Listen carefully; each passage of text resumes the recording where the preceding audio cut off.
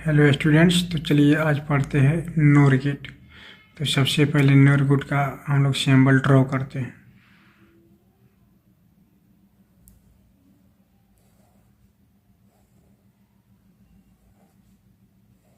ये हो गया हमारा आउटपुट, ये हो गया हमारा इनपुट।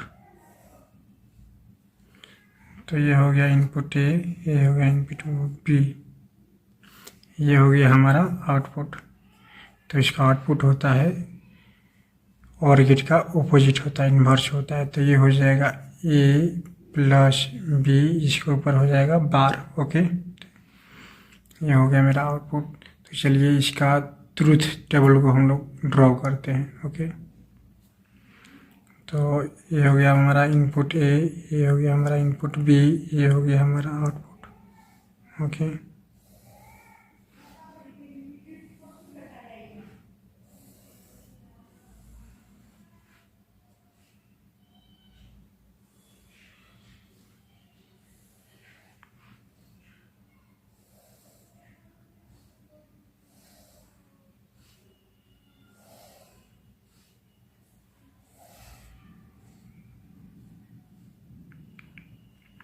अगर ए का वैल्यू 0 रहते हैं और बी का वैल्यू 0 रहते हैं तो और गेट में जो हमारा होता था उसका वैल्यू 0 आता था, लेकिन नोर गेट में ये हो जाएगा और गेट का अपोजिट हो जाता है। तो यहाँ पे 1 हो जाएगा। ओके, अगर ए का वैल्यू 1 लेते हैं, बी का वैल्यू 0 लेते हैं, तो हमारा नोर गेट में यहाँ पे आता था और गेट में हमारा वैल्यू आता था 1 आता था, लेकिन यहाँ पे हमारा नोर गेट में वैल्यू आएगा, हमारा आ जाएगा 0। ठीक है, अगर ए का वैल्यू हम लेते हैं 0 और बी का वैल्यू हम लेते हैं 1, तो हमारा और गेट में वैल्यू आता था 1, लेकिन यहाँ पे हो जाएगा हमारा वैल्यू 0 नोर गेट में।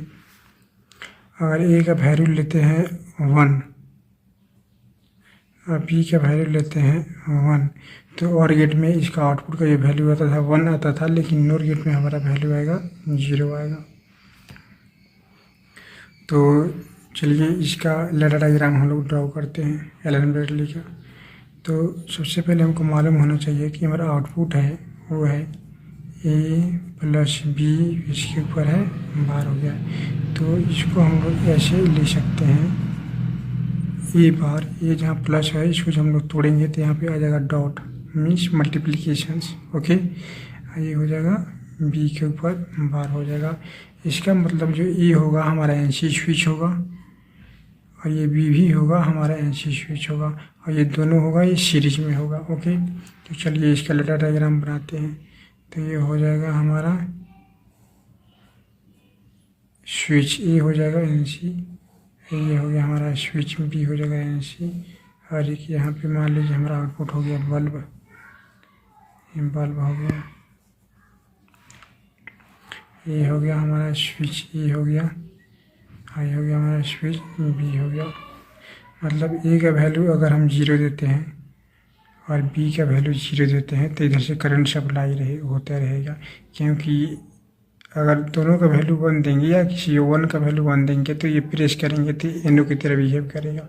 अगर 0 दोनों का वैल्यू देते हैं तो दोनों एनसी ही रहेगा, मतलब नॉर्मल क्लोज ही रहेगा, सर्किट क्लोज रहेगा, तो यहाँ से करंट सप्लाई होगा तो हमारा बल्ब ऑन हो जाएगा। अगर ए का वैल्यू 1 देते हैं और बी का वैल्यू अगर हम 0 देते हैं, जैसे इसको 1 देंगे, इसको प्रेस करेंगे ए को, तो ये नॉर्मल ओपन हो जाएगा, यहाँ करंट सप्लाई बंद हो जाएगा, फिर हमारा ये बल्ब है वो ऑफ हो जाएगा। अगर ए का वैल्यू 0 रखते हैं तो यहाँ से करंट सप्लाई होगा, लेकिन जैसे जहाँ पे आएगा और बी का वैल्यू अगर हम 1 देते हैं तो ये इसको प्रेस करेंगे स्विच को, तो नॉर्मल ओपन हो जाएगा, तो फिर करंट सप्लाई को बंद कर देगा, तो हमारा बल्ब है ऑफ हो जाएगा। अगर ए का वैल्यू 1 देते हैं और बी का वैल्यू भी 1 देते हैं तो ये दोनों नॉर्मल ओपन हो जाएगा। जैसे प्रेस करेंगे ए को तो ये नॉर्मल एनसी है, नॉर्मल क्लोज है, तो ये एनओ हो जाएगा, और बी को भी प्रेस करेंगे तो जो एनसी है ये एनओ हो जाएगा। तो और यहाँ से सप्लाई जो करंट है यहीं पे रुक जाएगा और करंट इधर सप्लाई नहीं हो पाएगा, तो हमारा जो बल्ब है वो ऑफ ही रहेगा, मतलब 0 ही रहेगा। ओके, तो ये था NOR gate. Okay, PLC programming में। Thank you students.